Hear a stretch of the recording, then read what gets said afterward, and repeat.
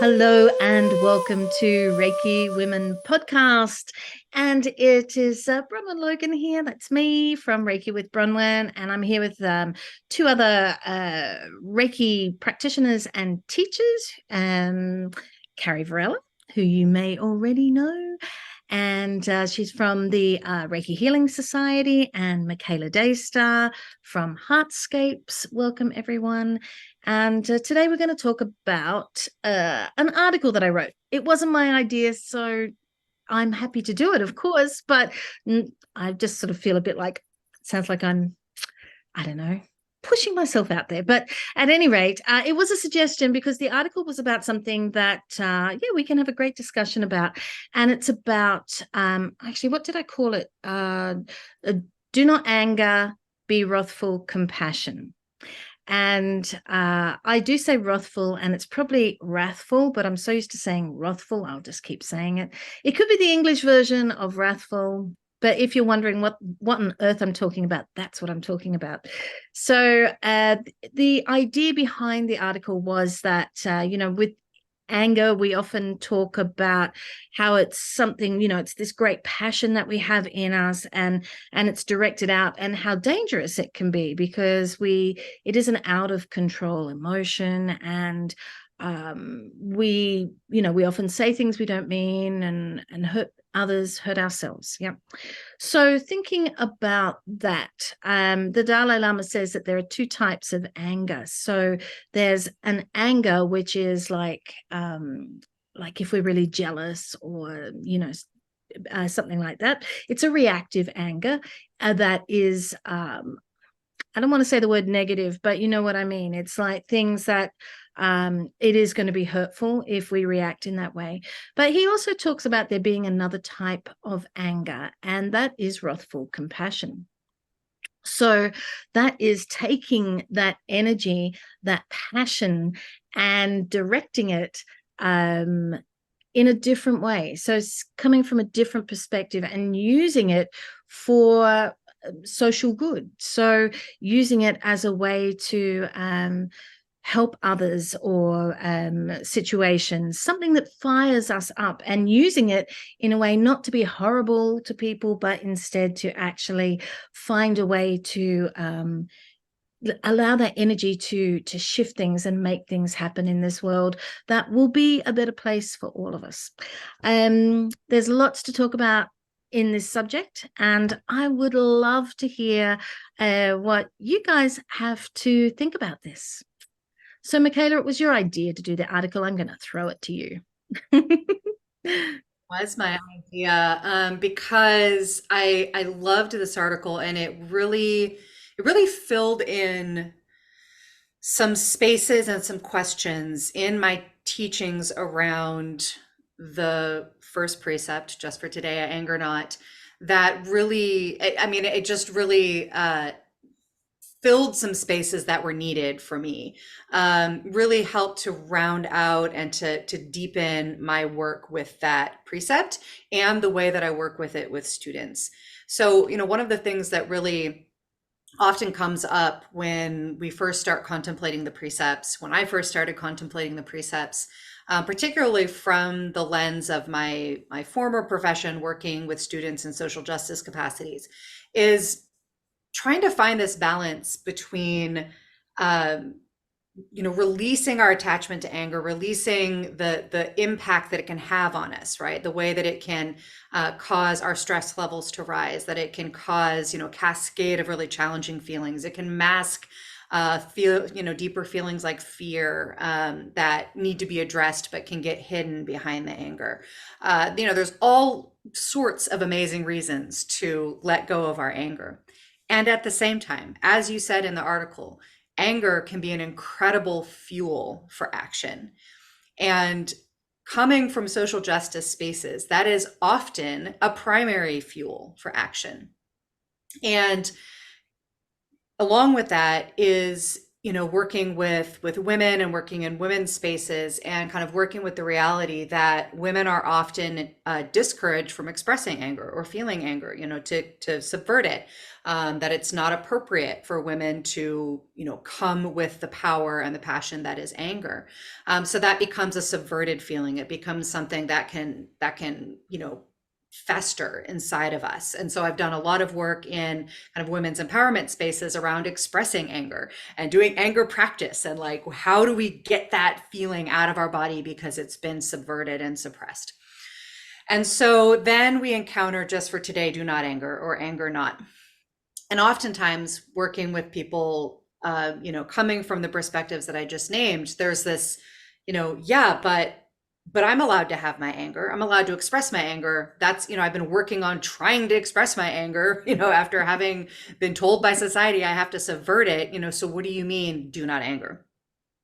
And so it's been really, valuable working from the Japanese perspective, because we get more nuance. We get the idea that what this precept is inviting us into, the word not, na in Japanese, really invites us into spaciousness and emptiness. And so, okay, we're not saying anger is bad. Don't express anger. Don't have anger, eliminate it from your system. But this idea of allowing anger to arise as it naturally does, give us information, point our direction towards something that needs attention, give us some fuel to take action, but not attaching to it, not hanging on to it. Put it into this vast open space inside of us so it can, get some room, get some aeration, and what I call bioremediate, process that anger into something else that can be useful and put to good use, but isn't going to harm us. But I didn't know what that something else was. And what that something else is wrathful compassion. So you really fleshed out that, okay, what happens when the anger arises? You put some space around it. You use your Reiki practice to bring it into your hara, and to bring it into your spacious place, and to digest it, to compost it, to bioremediate it. But we don't want that energy to just dissipate. Right? We want to still be able to utilize the power that anger represents in the spectrum of emotions that we have naturally. And so we don't want to lose it. We don't want to dissipate it, right? We want it, but we don't want it to be harmful, right? Which was really kind of how you led us into that article. And so the idea of, well, what it becomes when anger gets bioremediated, digested, composted inside of us through our Reiki practice or other practices, is something that is internal instead of that external reactionary impulse that anger can bring to us. And it's been filtered through what we've already established inside of ourselves, which is that self-compassion. So we've worked on our fifth precept. We've created a condition inside of ourselves, a spacious heart that can hold compassion for ourselves, can hold compassion for others, for a situation. But holding compassion for ourselves, for others, and for a situation does not mean just allowing anything to happen, right? It doesn't mean just allow some horrible thing to happen and be complicit in that because I'm not going to be angry about it, right? We want to be able to take action in the world, with the bodies that we have, around the things that need action. But what is the condition of that action, right? And how do we feel inside of ourselves as we take that action? In my years of working with students in social justice spaces, so often I saw that they were fueled and taking action from that raw pit of anger. And I saw how it hurt them. I saw how they were fueling themselves on rage, on pain, and using that to do their work. And it would burn them out, and it would blind them to possibilities that exist outside of the funnel, the narrow focus of anger. And ultimately, it would cause them to be cultivating this angry heart around things that they were passionate about, right? And that they wanted to give their good full heart to. Yeah. And so this really, as I say, became kind of a missing piece for me in how to articulate. It's like I felt it, but I didn't have the words, and I didn't have the framework to say, this is what our anger becomes, and this is how it's different, right? This is what it means to come from the inside, from a bed that has already been cultivated in compassion, and then take action from that place. And so that was very exciting to me. I've already shared it with students, and it's absolutely impacting the way that I think about the precepts and teach the precepts. So I was excited about it, and I thought that our listeners would enjoy it as well. So I'm curious for you, Carrie, what comes up when you encounter this concept of wrathful compassion? Yeah, well, I really agree to all the words that you said. I think it was an incredible article, Bronwen, really, truly, really speaks to the heart of not only the precepts, but the energy mismanagement that this precept is kind of helping us navigate, helping us cope with, helping us understand how to ride these waves of emotion in our life in a way that's non-harming, that doesn't hurt other people. And we know that anger hurts people. And I've seen it so many times in our lives. But the truth is, or I've seen it so many times in my life, the truth is hurt people hurt people. And I don't know if I need to say that again, but hurt people hurt people. And so if somebody is angry, viscerally angry, that person is reacting from this place of hurt and fear and pain and shame, frustration, anxiety. The list could go on and on and on. And I think that the most powerful way to dispel that person or to help that person is through compassion. Because we get to meet them where they're at. We get to see them and yet show like unconditional love and care and support for that person, which is really something that does dissipate anger. It transforms anger. And, when you kind of get through whatever it is that's really causing that anger and maybe get to the other side of that into a place where if it's an interpersonal conflict, excuse me, where you can have like an actual conversation, like beyond like these fiery words, but get to this place of like clear communication and understanding that happens on the other side of conflict.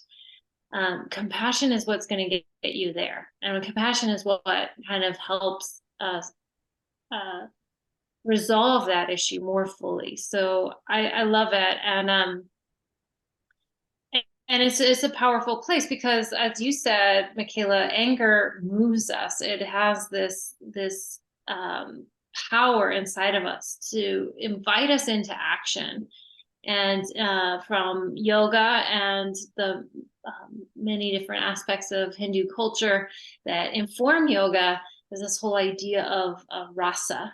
And a rasa is an emotion that transforms us. Rasa is something that can like take over our emotions, our emotional life, our inner life.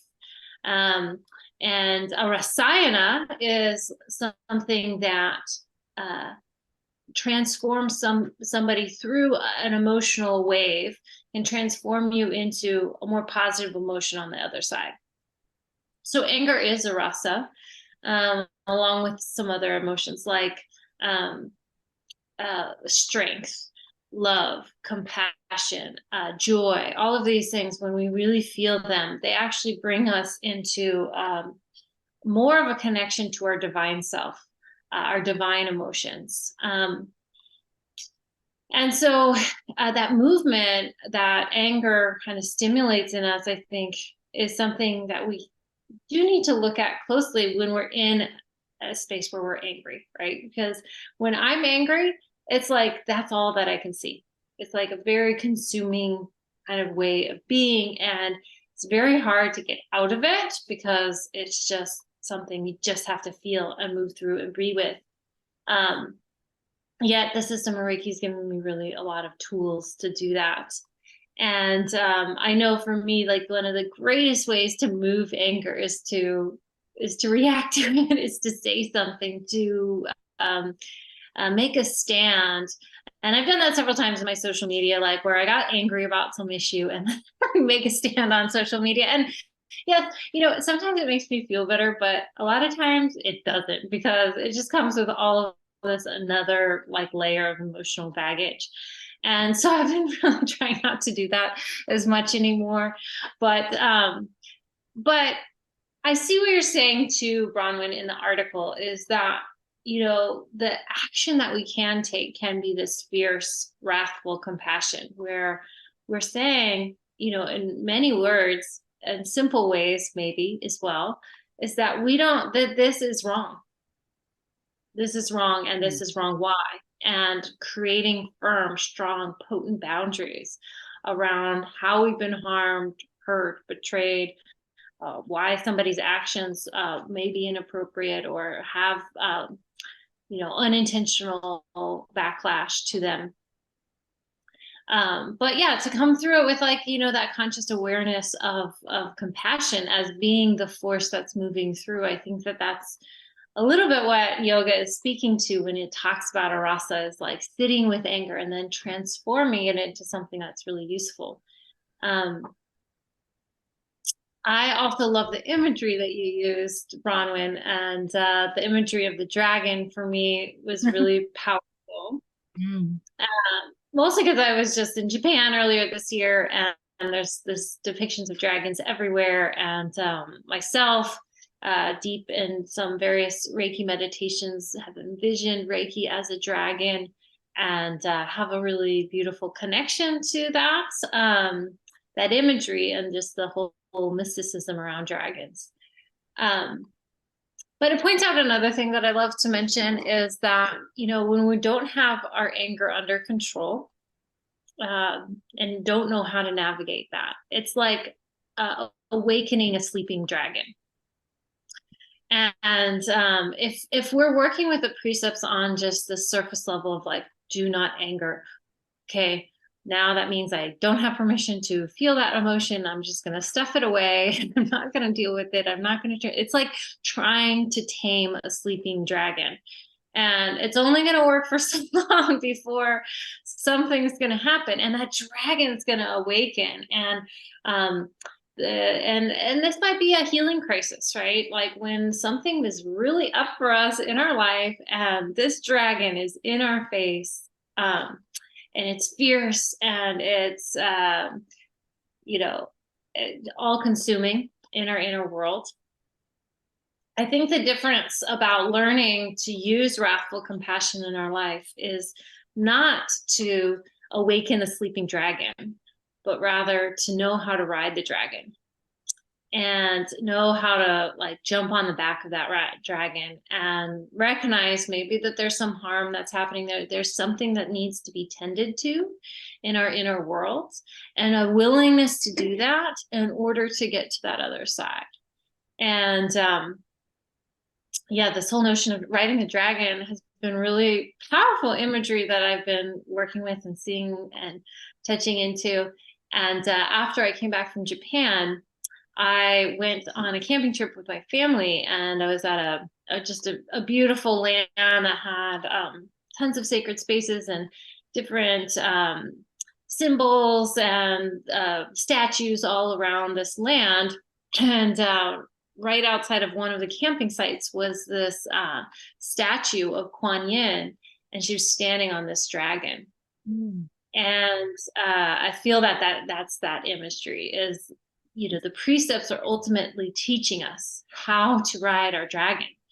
And so it's not about suppressing that. It's about living in harmony with ourselves and the force of nature that we are, the force of change that we are. And how do we do that in such a way that it brings about ultimately the change that we desire, not this backlash that anger and can ricochet back and forth in our life. So those are my thoughts. Yeah, it's a beautiful image. And Kuan Yin, compassion, with the dragon, having these two forces again, and I think that idea of duality and working with dual elements, which is really foundational to our practice, is it comes out in this discussion, because I was just saying, like two types of anger, okay, two types of compassion.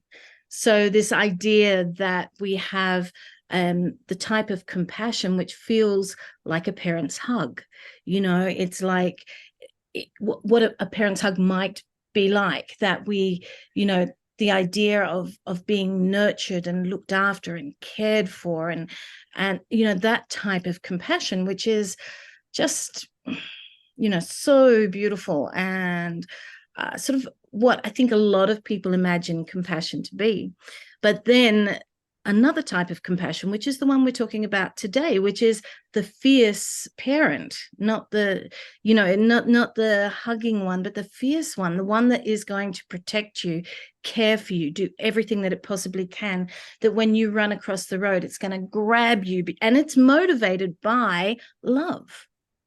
So it is love in action, which is, just other words of what you guys have said already.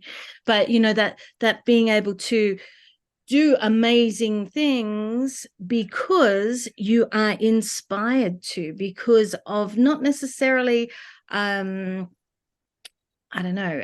Anyway, because it's, it's that we are, we're using that fuel within us to do something that is, it is compassionate, but people might, we use so many words in the English language, like, tough love, those sorts of things, tough love. So it's something that's going to be supportive of us, even though it might not sound like that's going to be a great thing, that we're actually being helpful. I don't know. You know what I mean? Tough love, I think, says it all. I actually really love those words, composting compassion, or actually composting anger, really, aren't you, into compassion? I thought that was really beautiful. But at any rate, when we're looking at the dual elements, then we have these two types of compassion, and we can see that within the system of Reiki if we look in Shimpoden at Dainichi Nyorai. So Dainichi Nyorai is the deity that is, this bright light, shines the bright light on everything and everyone.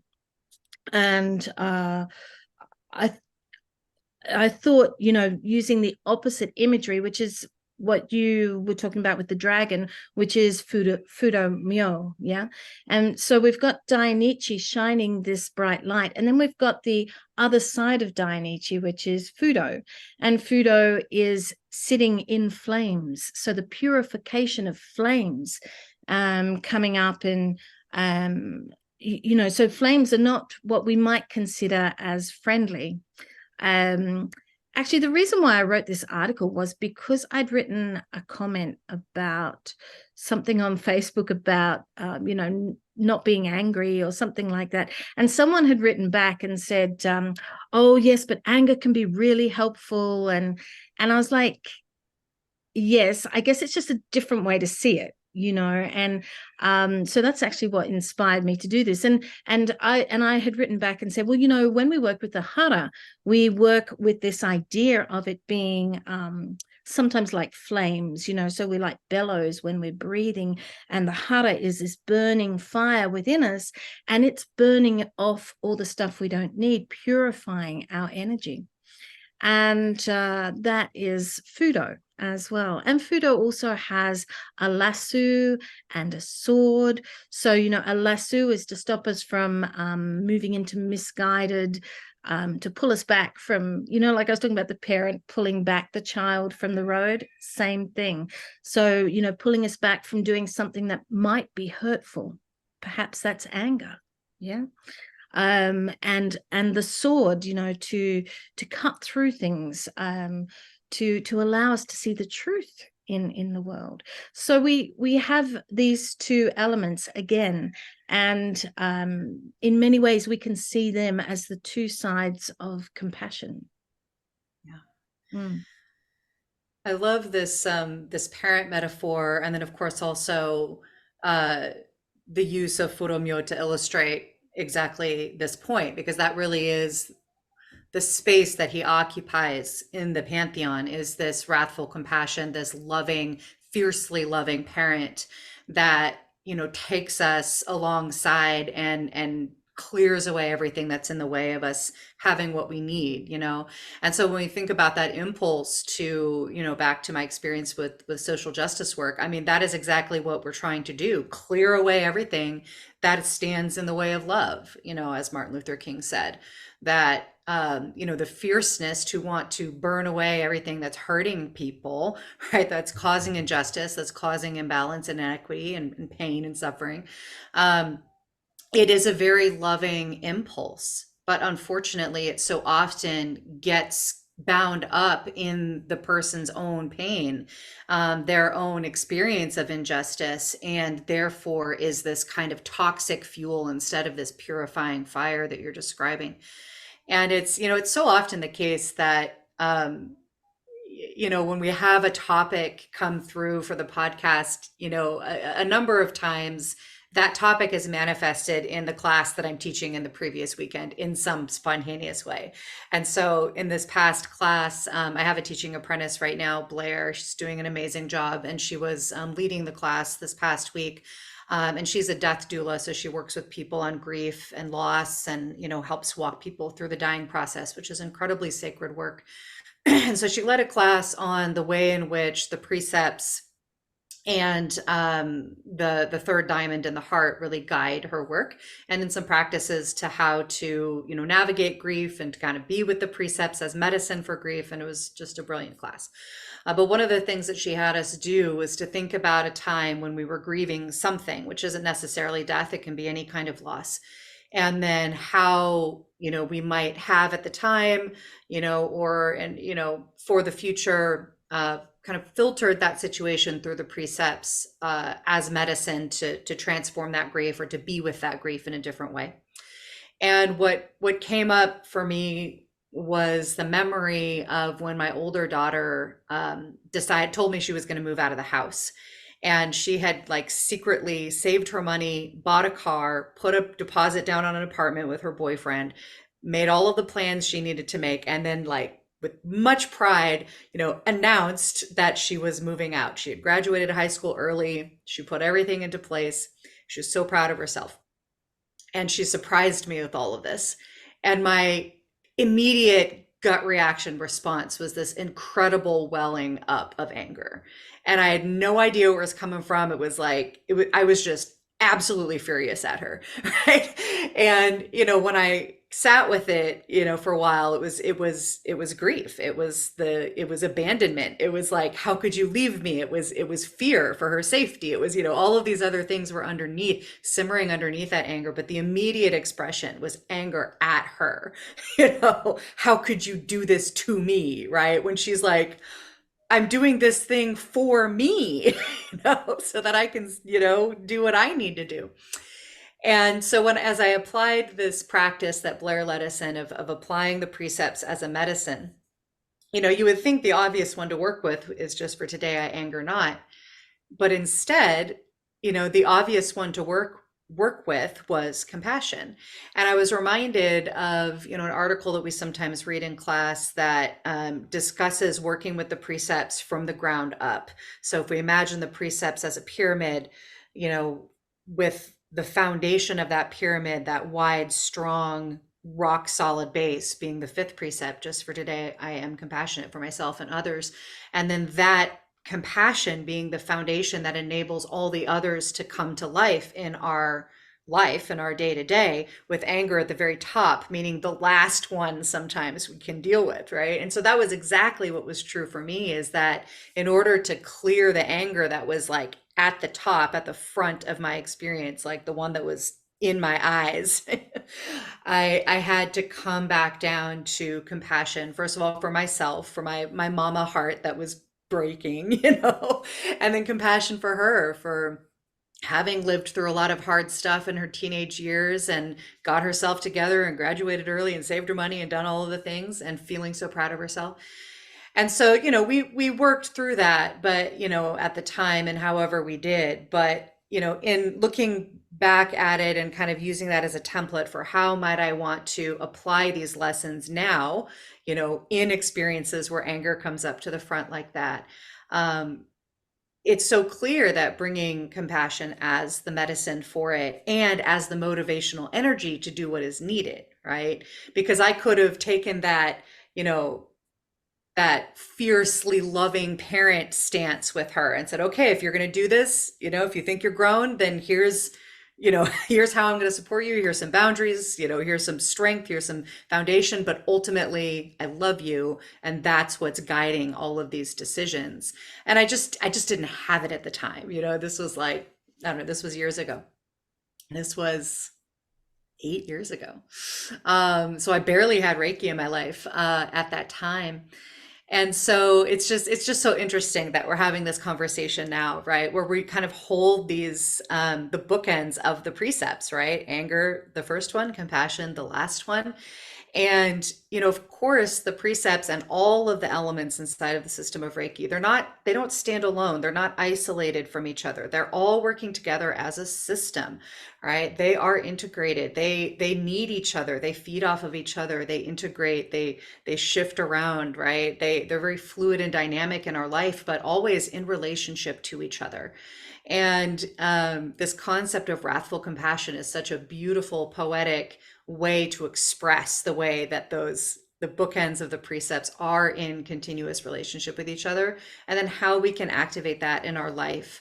When we have an experience like the one that I had, where, you know, something triggers that anger and it's just, you're seeing red, that's all you can see, right? If we can condition ourselves to, in that moment when we feel that happening, to drop back into our hara, to pump the bellows of that fire in our belly, clear away, you know, whatever toxicity is there, which is almost always fear. You know, when we're feeling anger, almost always what's really there is fear.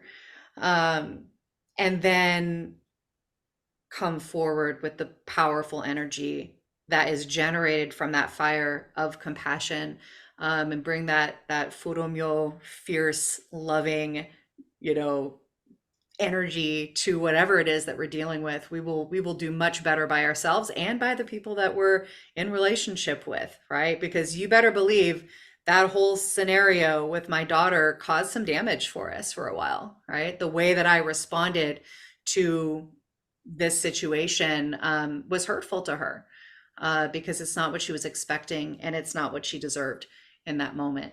So I'm appreciating the retrospective learning, and I'm grateful that her and my relationship is strong now.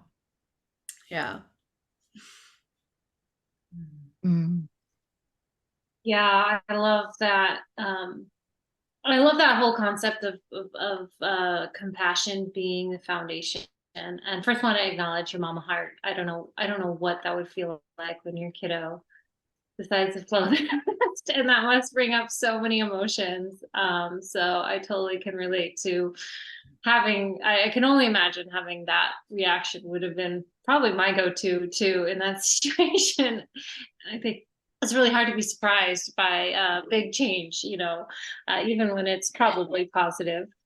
Um, but I love that whole idea of compassion as the foundation. And I've often taught that to my students as well, is that, you know, even if you can't get out of that state of anger, even if you can't really let go of your worry in a day, you can't really sit inside of gratitude, because it's just not penetrating, right? Our deeper field of emotion. And because of that, we can't see the clarity or focus of what, you know, your path through that emotion is going to be. But at the bottom of that, you can practice compassion. And then you still have been successful in working your way through the precepts in that day, because you're sitting with that foundation. You're sitting with a container. You're sitting with, or so another way of describing it is compassion as the container. That is strong enough to hold our movement through those powerful, volatile emotions.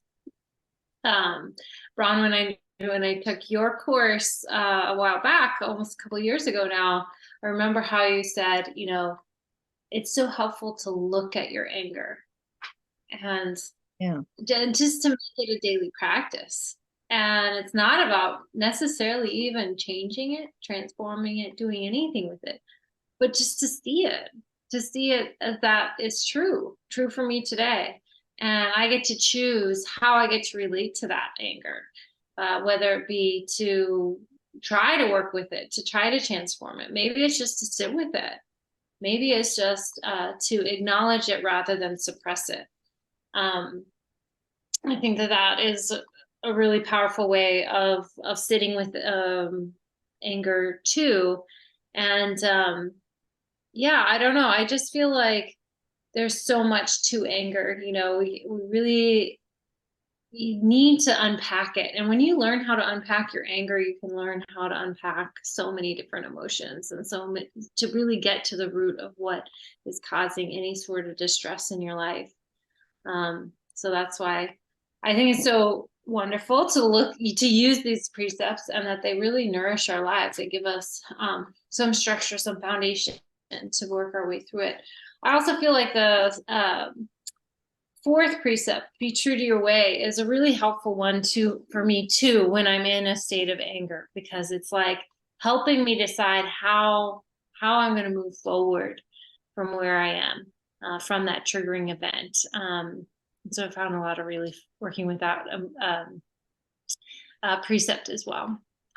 And I also feel that there are plenty of things in this world that we should be furious about, should be absolutely angry about, whether it be climate change, or in my country, the way guns are unregulated. You know, so many things that just seem just appalling.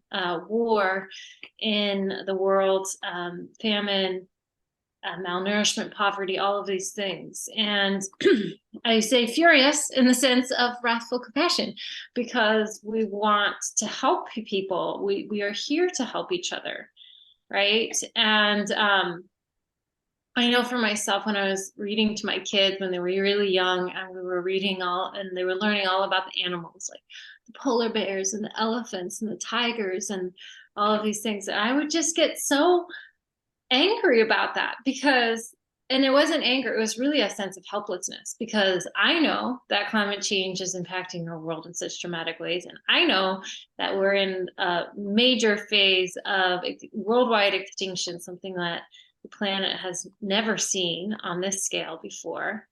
And it was heartbreaking for me to teach my kids about these animals that are in like this total plight. And from this state of helplessness, I had this idea that I would do something just small, something manageable for me, that would help me feel like I was doing something positive and not succumbing to the state of helplessness that I couldn't do anything positive for a situation. And that gave birth to this idea of that I donate $1 to World Wildlife Fund for every Reiki treatment I provide. And so for me, it's this way of kind of continuously creating that positive ripple of my practice, not only the positive ripple that happens when my clients come to me and we do this powerful work of Reiki together and create transformation in their life, my life as well. That ripple is pretty big in and of itself, but I wanted to do something even bigger that could ripple out into the world.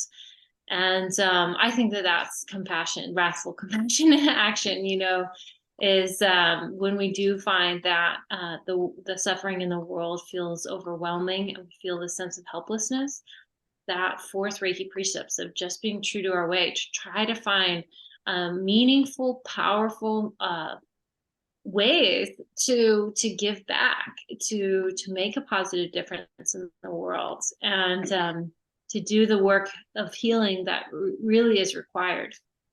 So I'm sure Bronwen has a lot to say, but I'll stop there. Oh, not a lot, but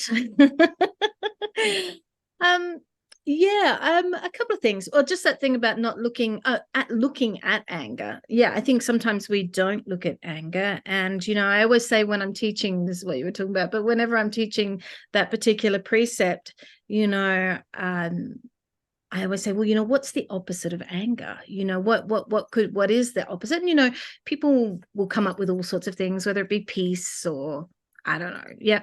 So say that it's peace, you know, and I'll say, well, if you're focusing on peace, do you look at your anger? You don't, because you're focusing on peace. So the whole idea of this precept, which some people find confronting to have a precept that's so blatantly in your face and says, do not anger. And it's like, well, I can't do that. That's just, how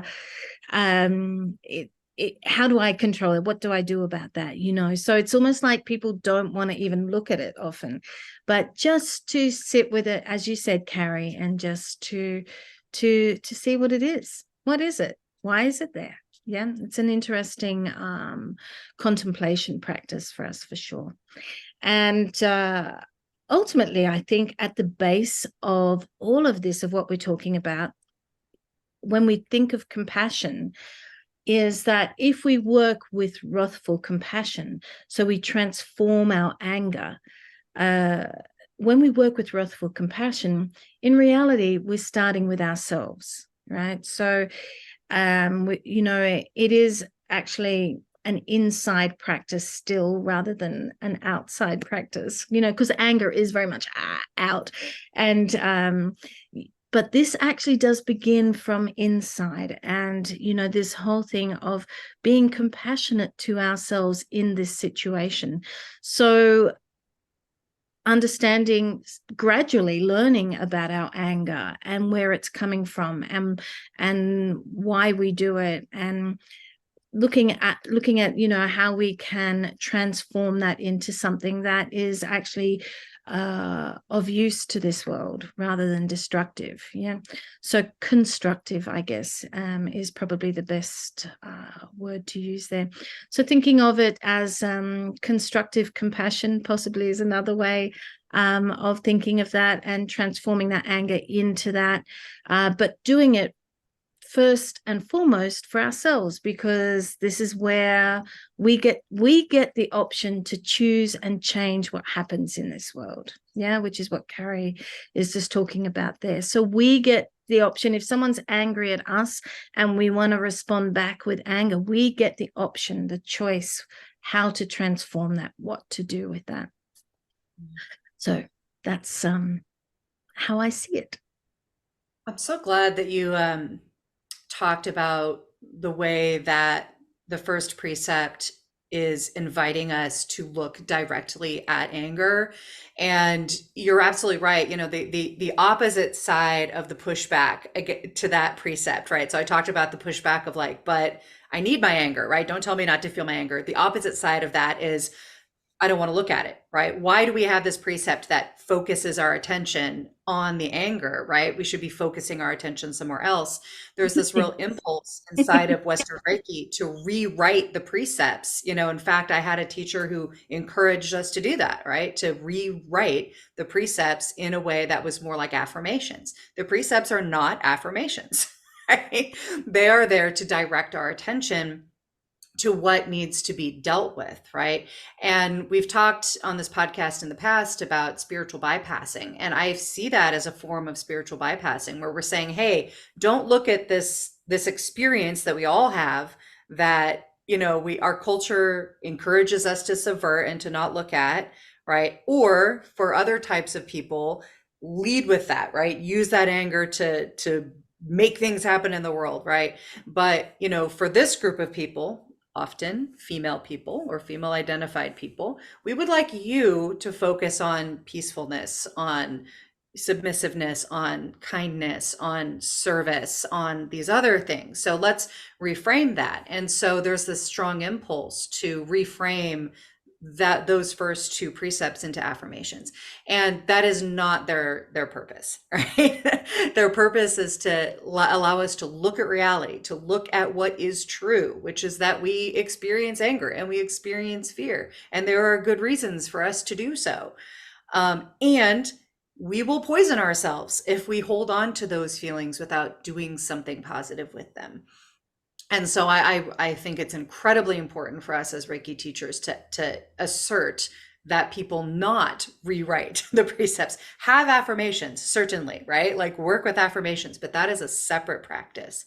And then the other piece that I think is related to that, Carrie, what you were talking about of the places in the world that deserve wrath, fierceness, anger, that enrage us, again, coming from a social justice leadership background, like there are plenty of things that need that kind of energized attention. But how are we going to bring that to bear? And, I love that you share this example of how you transformed your anger into compassionate action on the scale that you were able to deal with, that was manageable and sustainable and healthy for you. Because it's really easy to ride that wave of anger and step into a lifestyle that is not healthy. And, I came to gardening, which is now a huge part of my life and a huge part of the positive change I make in my community, out of exactly that dynamic. It was my response when 9/11 happened to this incredible upsurge of fear and anger that I had never experienced before. I was, 21, 22, whatever it was, 23. And just like my mind was blown by the depth of fear and anger that I could experience all of a sudden because of things happening out in the world. And I, immediately went into activism and, really intense amounts of expressions of anger that were well beyond my capacity, well beyond my ability to actually do anything of positivity. And I rode that wave for years, like just years, like my whole 20s. And it absolutely burned me out. And on the other side of that burnout was apathy, right? Because once I had extinguished all that anger, I was exhausted. And I was just like, oh, I can't look at the woes of the world anymore. I turned away. And we can't do anything positive if we're now apathetic and we can't look at it. We can't even look at the problem because we're so exhausted by it. And that was the duality that I was living in. Either I'm, burning this red hot toxic, it's like, a tar torch, right? Not the clean purifying fire of our hara, but like a torch that's like smothered with chemicals.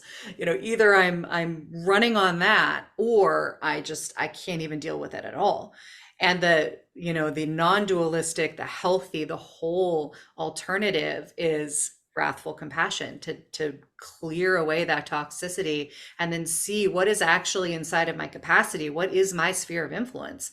And for me, ultimately, it was my sphere of influence is the food that my family eats, the way that the land that I lived on is treated, and then rippling that out into my community.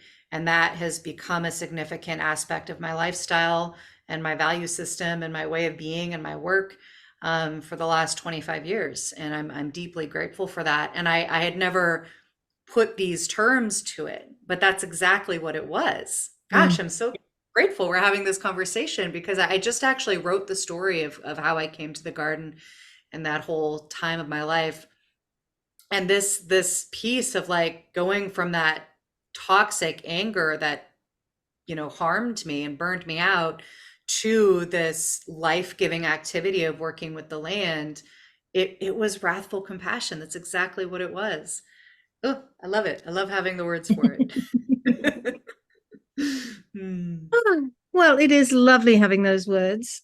Carrie, did you have something to say before we finish off? One more little piece that I feel like I love to just jump back into, as I love this, also this bringing in of Fudo and his mythology, his mysticism, his energy. But I also feel like that is what we hold when we're really in it. Like when we're really in that transformation process, we're like Fudo. We're like in these flames. Like we're cutting off attachments. We're being so fierce. And it is so important to remember that when you're in it, when you're really in that moment, because, sometimes it feels like action is absolutely required, and we don't know. I don't know if this is being fueled by anger or wrathful compassion. I just know that I have to do this right now for my sanity, for my, sense of self-worth, a sense of, for my boundaries, whatever it is, but that it has, comes from this really fierce place. And so I just wanted to mention that, but yay. And I for think doing small things in a sustainable way as well, because I totally can relate as well to that burnout of trying to give and doing it from maybe a misaligned place. I think, Carrie, you just touched on something really important to just kind of maybe highlight here at the end, which is that anger, not wrathful compassion, anger, absolutely, like is necessary and has its place, right? But it has its place as like an immediate response when something needs to happen right this second, right? Like somebody is attacking me and I need the energy to like deal with it, right? In this second, right? That burst of anger can be that fuel. But I think what we've been talking about is, what is the longer term experience, right? In that moment when somebody is coming at me and I need to, respond, I'm not going to drop into meditation and go into my hatha and find my compassion and take the action, right? I just need that fuel to act in that second, right?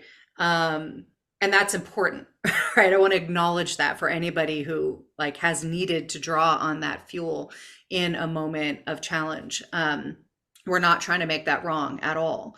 I think what we're speaking to is the long-term impact of fueling ourselves with anger over time, and the alternative to that. So I just wanted to make that distinction clear. Yeah. So yes, feel free not to be nice. And I think that was the word that kept coming up when you were talking about like what women are meant to be, right? Nice.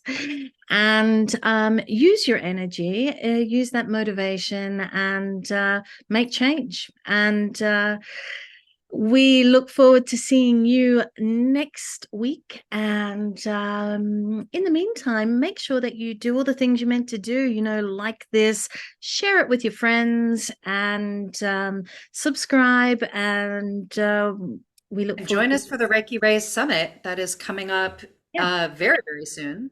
Yeah. And we will have a link to join that free, incredible collection of Reiki teachers and speakers that is coming up very soon.